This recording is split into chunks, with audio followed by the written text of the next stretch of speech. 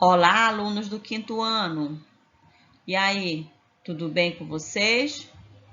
Espero que sim.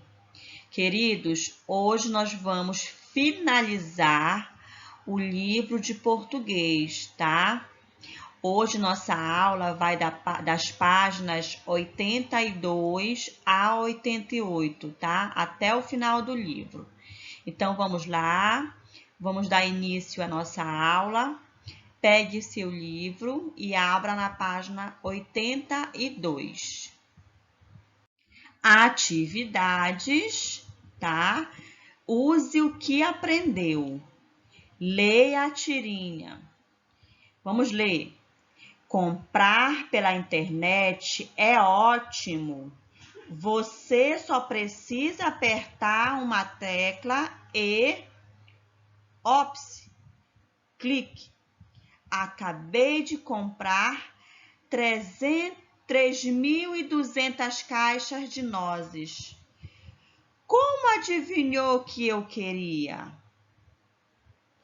E aí, conseguiram entender a tirinha? Então vamos lá para o número 1. Sobre a estrutura e os elementos da narrativa, identifique na história de Garfield. Letra A. Quem são os personagens e a situação inicial da história? Então, eu acho que vocês já assistiram, né, a história de Garfield. E a historinha e os personagens são John e Garfield. Tá? Coloque aí, personagens. John e Garfield. E a situação da história? A situação inicial da história? A situação inicial é o momento em que John comenta que é fácil fazer compras pela internet, tá? Essa é a situação inicial. E letra B, o conflito. Qual foi o conflito que houve na tirinha? Provavelmente, né, John fez uma compra inesperada ao apertar uma tecla sem querer, né? Observando a tirinha, deu de entender que John apertou uma tecla sem querer e fez uma compra inesperada, tá? E a letra C, o clímax e o desfecho da história. Qual foi o clímax da história? Foi o momento em que John percebe ter comprado 3.200 caixas de nozes. E o desfecho da história? Foi o momento em que o Garfield ficou entusiasmado, né? Ele ficou animado com a compra que John fez. Então, esse foi o desfecho da história. E o número 2? Na tirinha aparecem 2 formatos de balão. Reproduza-os a seguir e explique o que eles representam. Lá na tirinha acima, você tem o formato de balão arredondado com um rabicho, tá? Esse que é da fala de John, das falas de John. E também tem um outro balão que é ondulado com a ponta com bolinhas, tá? Aí você vai desenhar cada um deles em um quadrado desses que tem aí no seu livro, tá? E vai comentar que o balão arredondado com rabichos é da fala de John e o balão ondulado com a ponta de bolinhas é do Garfield, tá? Façam e vamos para a próxima página.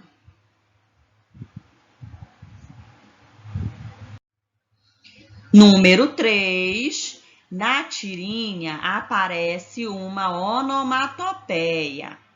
Copia e indique o som que ela faz, tá? A onomatopeia tá no segundo quadrinho da tirinha, tá? É a palavra clique. Coloque aí, clique, que reproduz o som da tecla, tá? Clique é uma onomatopeia. Número 4. Há interjeições na tirinha? Se houver, copia, indicando o sentimento que ela expressa, tá? Há interjeições na tirinha? Sim, tá? A interjeição é aquela palavrinha que aparece lá também no segundo quadrinho. Aquela palavrinha que diz assim, ops, tá? Ops. E qual é o sentimento que ela expressa? Ops, na situação lá da tirinha, expressa espanto, tá? Então, ficou assim, número 4. Sim, há uma interjeição na tirinha. Ops, expressa espanto, tá? Número 5. Escreva as palavras a seguir na ordem que podem ser encontradas em um dicionário. Explique o que você considerou para organizá-las, tá? Observem as palavras. Vamos ler essas palavras? Então, internet, ótimo, você, só, precisa, precisar, apertar, tecla, acabar, comprar, caixa, como, adivinhar, querer. Agora, nós vamos colocar essas palavras em ordem alfabética, tá? Então, vamos lá.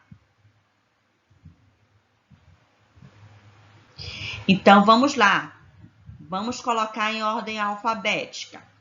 Observando essas palavras, vocês sabem que a primeira palavra que começa o alfabeto é a letra A. Então, vamos colocar as palavras que comecem com a letra A. Coloquem lá. Acabar, adivinhar, apertar. Não tem palavra com letra B. Então, a gente vai pular para a letra C. Caixa, como, comprar. Aí, como não tem a outra letra, a gente vai pulando para as letras que tiver, tá? Então, internet, ótimo, precisar, querer, só, tecla, você, tá? Essas são as palavras e elas já estão organizadas em ordem alfabética. Ele também pergunta lá em cima, ou seja, ele pede para você explicar o que considerou para organizá-las, né? O que foi considerado aí? O que nós consideramos foi a ordem alfabética para organizar as palavras, né? Ou seja, iniciando pela primeira letra, depois pela segunda e assim por diante, né? Então, vamos lá para o número 6. O número 6, você vai completar as lacunas, tá? Fazendo a concordância adequada dos verbos que estão entre parênteses. Você vai ler a frase, vai observar a palavra que está entre parênteses e vai colocá-la na frase fazendo a concordância, tá? Vou deixar vocês fazerem essa atividade sozinhos, tá? O número 6. Vamos lá para a próxima página. Para fazer mais. Vamos continuar exercitando os conteúdos estudados, resolvendo as próximas atividades. Leia mais uma tirinha da personagem Mafalda, tá? Você vai observar os quadrinhos, tá? Os quadrinhos da tirinha. Observe com muita atenção. No último quadrinho da tirinha diz assim: desse jeito você nunca vai terminar de ler um livro tão grosso. Nas tirinhas, além das palavras, as imagens ajudam na construção do sentido do texto.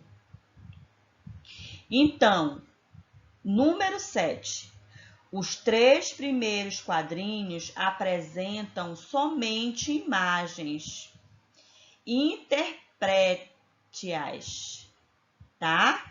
Ou seja, o que aconteceu no primeiro quadrinho, tá? Observe que no primeiro quadrinho, Mafalda está brincando e seu pai aparece, né? No segundo quadrinho, o seu pai está consultando o dicionário, né? No terceiro quadrinho, o pai pega e coloca o dicionário na estante, né? E o último quadrinho tem lá a Mafalda falando: desse jeito você nunca vai terminar de ler um livro tão grosso. Mas ele quer que você apresente, que você interprete, né, os quadrinhos que não tem nenhuma fala. Ou seja, primeiro quadrinho, Mafalda está brincando. Segundo, seu pai está consultando o dicionário. Terceiro, o pai devolve, né, o dicionário à estante e sai. É isso, tá? Agora vamos lá para o número 8. Qual é o efeito de humor produzido na tirinha? A Mafalda não entende que o dicionário é um livro para consulta, né? E não para ser lido na íntegra. É isso o humor da tirinha. Número 9. Faça a escolha dos verbos entre parênteses de modo que seja feita a concordância adequada. Complete as frases com os verbos escolhidos e depois explique sua resposta. Letra A. O dicionário e outros livros. Ocupava ou ocupavam? Qual é dessas duas palavras que está entre parênteses que você vai usar?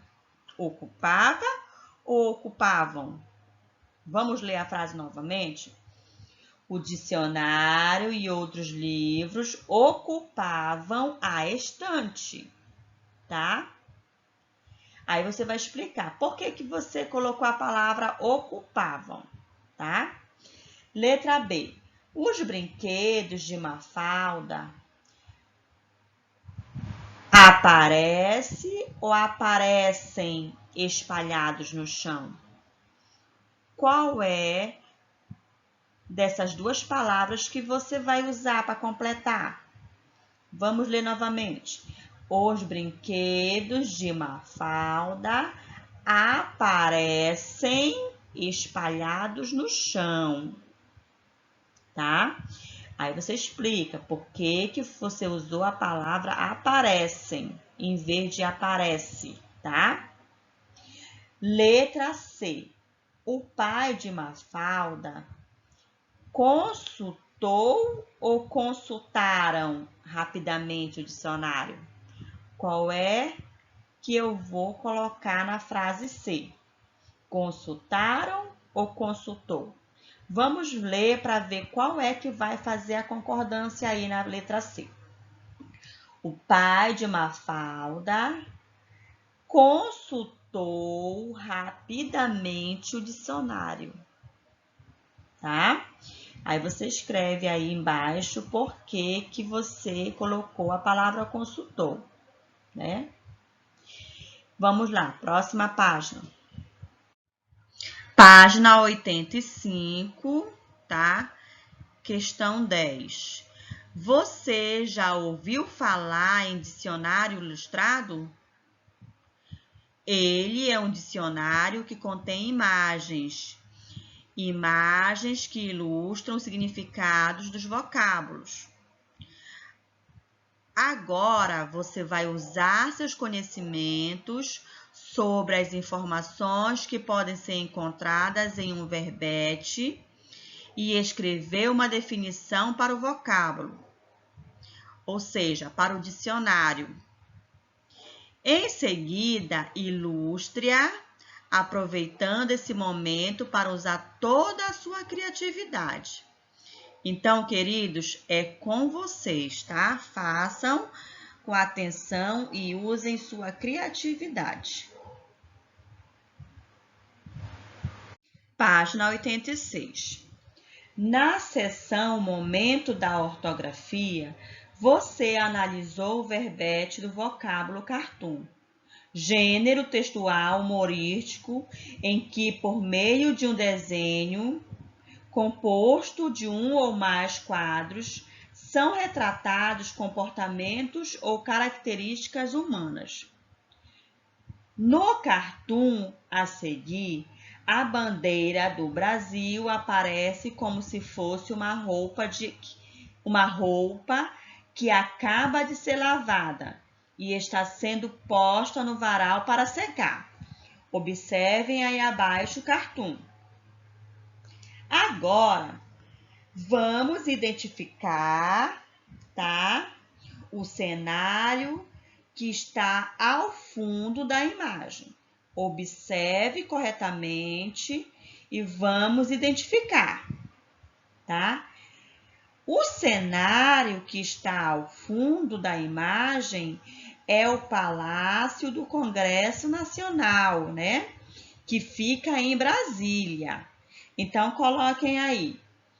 O cenário é o Palácio do Congresso Nacional, tá?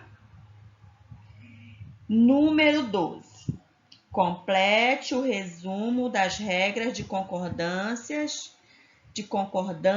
estudadas. Vamos completar. Vamos lá. Letra A.